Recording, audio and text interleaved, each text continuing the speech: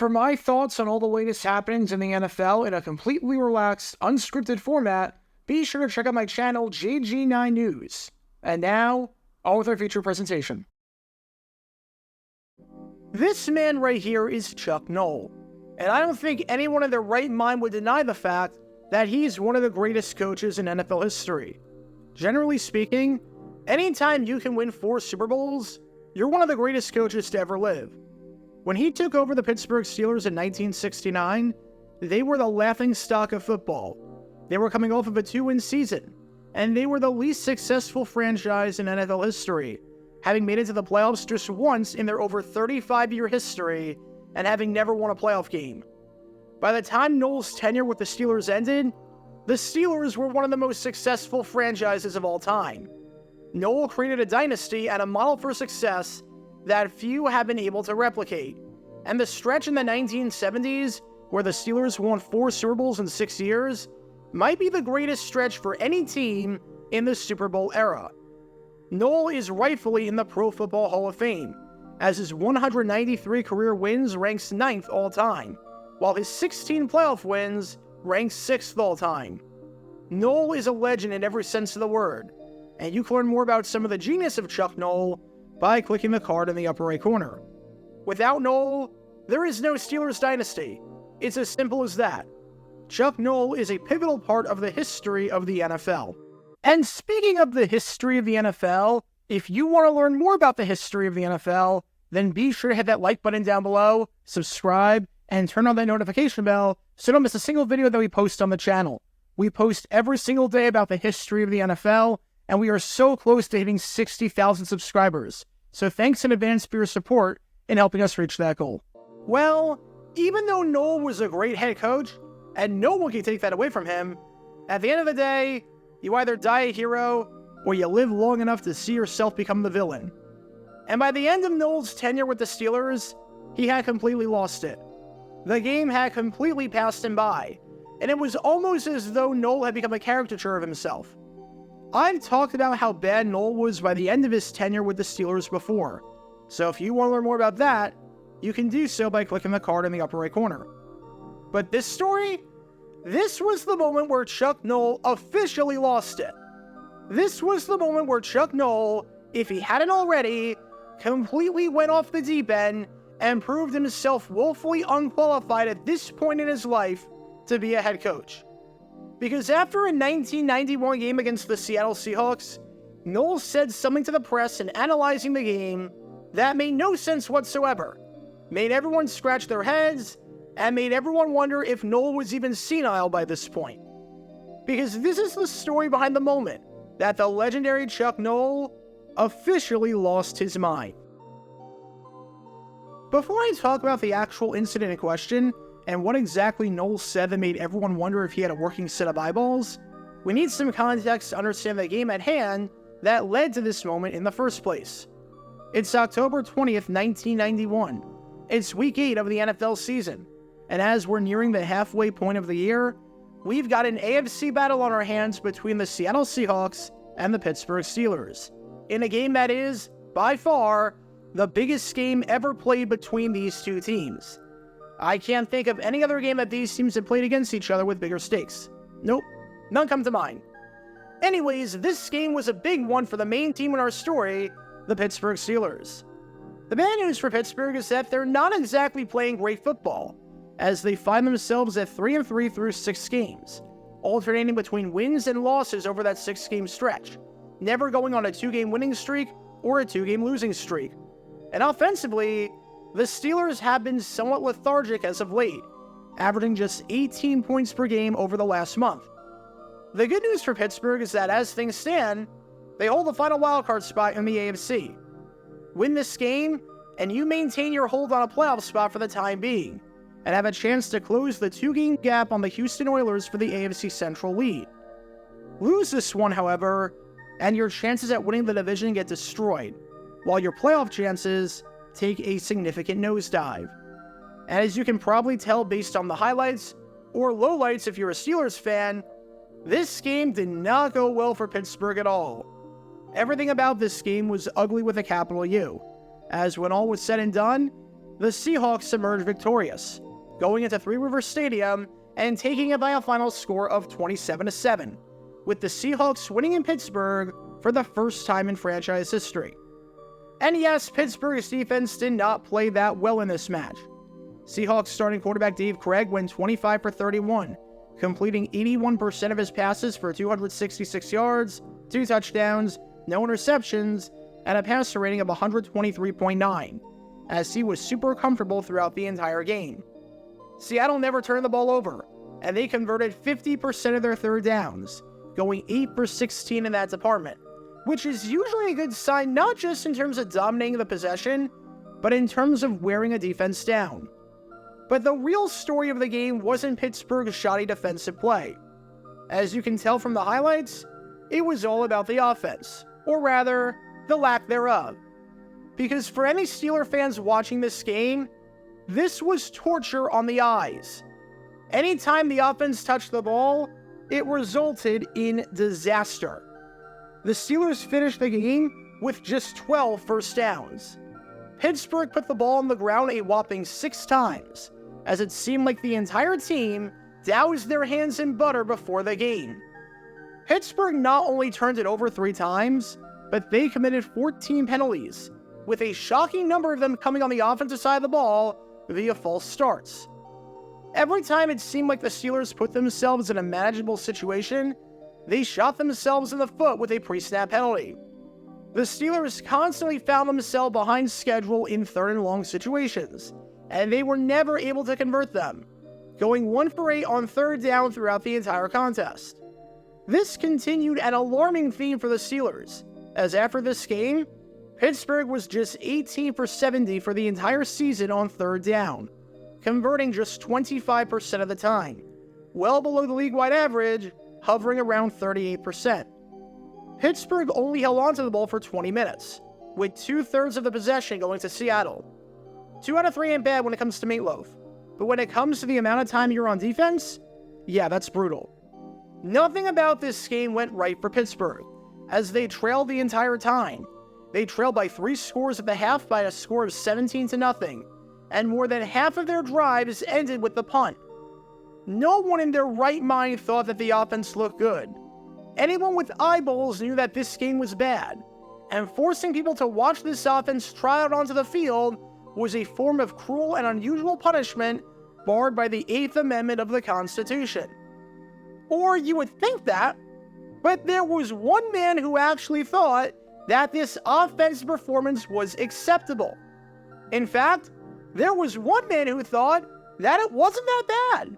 If anything, it was quite good. Despite the fact that the Steelers had only 41 plays on offense due to their inefficiency, which was the 3rd fewest plays they ever ran in a game in franchise history at the time, a lengthy 60-year history, mind you, one man thought that this performance wasn't too bad. That man? Well, as you might have been able to guess, that was none other than this man right here, their head coach, Chuck Noll. And look, I'm not saying that after one game, or even a rough start to the season on the offensive side of the ball, that you have to panic and act like the sky is falling. I'm not saying that Noll had to act in the press conference as though he were angry, and bash every single player one by one for their poor play. Not in the slightest bit. But to say what he was about to say, absolutely delusional. Because after the game, Chuck Noll completely seriously said, "The stats aren't bad. When we do get it going, the 5.2 yards per carry is not bad. The stats from a pass standpoint, our average per attempt, is not bad. There's nothing wrong. That's right, the Steelers' offense was actually quite good. The stats indicated that. The yards per carry on the day was good. The yards per pass attempt was good. And there's nothing to worry about, because the Steelers' offense, based on those 2 super selective stats, was actually doing a pretty good job." I'm sorry, what? What on earth are you talking about? You're seriously suggesting after the game that your offensive play was good? You're seriously suggesting that this performance, from an offensive perspective, was fine? Were you, like legitimately, were you watching the same game? You had 12 first downs. You held on to the ball for 20 minutes. You fumbled 6 times. You converted 12% of your third downs. You scored 7 points. You had 2 plays go for longer than 15 yards. And one of those plays was at the end of the first half when the Seahawks were in a prevent defense. That's it. You had 1 play go for longer than 20 yards. That's it. In what world are you seriously going to suggest that your offense played well and that there was nothing wrong with this performance? You can't just pick and choose stats to prove your point when the main stat proves the opposite, and when your eyeballs prove the opposite. Stats are meaningful, and I obviously cite them all the time when doing these videos when appropriate. And as NFL fans, we cite them a ton to prove certain points or make predictions or things along those lines. But when you're using them like this, it's completely disingenuous. Saying that the offense was good because the stats prove otherwise, when you score 7 points, when you don't get the big plays, when you don't convert on third down, when you lose the turnover margin by 3, when you fumble the ball 6 times, when you hold onto the ball for 20 minutes in a 60-minute game, when you get sacked 4 times, when you commit a ton of false start penalties, and when you play like crap? Come on. Don't peel my leg and tell me that it's raining. And yes, it's true that the Steelers averaged 8.36 yards per pass attempt on this day. But that is insanely misleading. At the end of the first half, the Steelers had the ball at their own 31-yard line with 10 seconds left after a touchdown by the Seahawks. Seattle was in a prevent defense, where the obvious goal was to not allow the Steelers to get into the end zone or get a chunk play to try a makeable field goal. The Steelers used those 2 plays to just check it down, picking up 31 yards on the 2 plays combined, at which point the first half expired. Take those 2 plays out, and the Steelers had 153 passing yards, or 7.65 yards per attempt, or nearly a full yard less. Plus, by the time the Steelers trailed 17-0, the Steelers were 5 for 11 throwing the football for 49 yards, averaging 4.4 yards per attempt. So by the time the game was seemingly out of reach, Pittsburgh was averaging not even 4.5 yards per attempt, which is abysmal. How's that for a stat, Chuck? How about that? And remember, this doesn't account for the sacks that Pittsburgh took, of which they took quite a few, because Neil O'Donnell was bad and the offensive line gave him no time to throw. In terms of net yards per attempt, where sacks are treated like pass attempts, the number is significantly worse. And if we're looking at stats and saying Pittsburgh wasn't that bad, well, take out the 2 plays at the end of the first half that meant nothing, because the Seahawks were in prevent defense and were just trying to prevent the Steelers from getting into the end zone. They were more than fine with short checkdowns and dump-offs.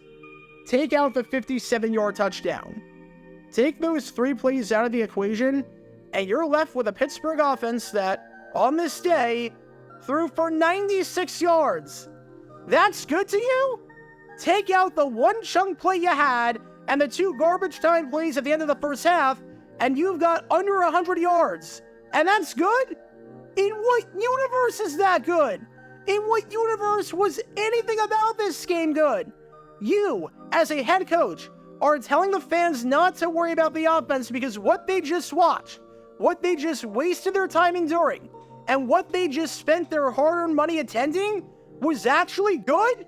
A game where they lost by 20, scored 7 points, and held onto the ball for 20 minutes while converting 1 third down was actually good? Come on, just come on. As for what happened after the game between these 2 teams behind me right here, turns out the Steelers' offense actually played really well. That is, by Chuck Noll's insane standards, because for anyone who had eyes and anyone who had a working brain, things did not get better in the slightest bit. The Steelers ended the season with a 7-9 record, missing the playoffs for the 2nd straight season. And in their final 10 games, they scored just 157 points, or 15.7 points per game. In that stretch, out of 28 teams in the NFL, this ranked 23rd, and they had the 3rd worst offense in the AFC over that time period. Only better than the Indianapolis Colts and the New England Patriots, 2 really, really bad football teams. So, not good company to be in. But then again, I'm sure Chuck Noll was absolutely thrilled with his team's offensive performance because of some bogus stat that doesn't even come close to telling the whole story, or any part of it for that matter. The 1991 season for this man right here, Chuck Noll, was his final season in the NFL, and it was an awful end to an otherwise great career. The writing was on the wall. The game was passing Noll by in the 1980s, and you can learn more about that by clicking the card in the upper right corner. By the 1990s, it was just embarrassing on so many levels, and this was yet another prime example of that. If I watch my team put up 7 points and hold onto the ball for 20 minutes and watch them do absolutely nothing, the last thing I want to hear from anyone, let alone my freaking head coach, is, you know what? We actually played quite well on that side of the ball. Newsflash, no you didn't. No you freaking didn't. Just like you wouldn't say that your bats played well in baseball when you score 1 run, put up 3 hits, and strike out 13 times, you wouldn't say that your offense looked good when they had a performance like this. That is, unless you're Chuck Noll for some reason. Because on this October day in 1991, Chuck Noll's comments on his team's offense left everyone scratching their heads and wondering, what the Chuck? Get your official Jaguar Gear 9 merchandise by going to jj9shop.com, and be sure to like and subscribe, as it really helps the channel out a lot. Join me every Wednesday night where we'll play NFL trivia for cash prizes at 9 p.m. Eastern over on Twitch. To learn more about the history of college football, subscribe to Jaguar Gator 8. To learn more about the history of Major League Baseball, subscribe to Jaguar Gator 7. Also, special thanks to all of our Patreon supporters for helping out the channel. Your support is greatly appreciated. See how you can become a patron and request future video topics in the description below.